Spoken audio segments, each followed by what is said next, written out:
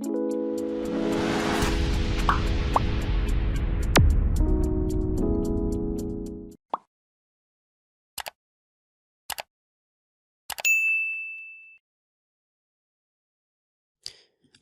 عليكم مشاهدينا الكرام.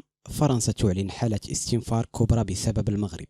قبل الخوض في تفاصيل هذا الخبر، لا تنسى وضع زر لايك والاشتراك وتفعيل زر الجرس ليصلك كل جديد أخبار المغرب. أعلن المختبر الطبي لداء الكلب في نانسي بفرنسا تسجيل حالة مرضية قادمة من المغرب، وحسب وسائل إعلام فرنسية فإن حالة داء الكلب تم تسجيلها لدى كلب صغير جارو تم نقله من المغرب بشكل غير قانوني.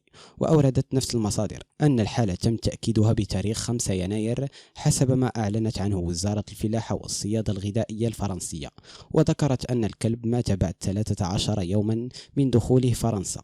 وأوضحت الوزارة الفرنسية أنه تم الاتصال بجميع الأشخاص الذين اتصلوا بالكلب المصاب من قبل وكالة الصحة الإقليمية، وتم إخضاعهم للبروتوكول الصحي الضروري.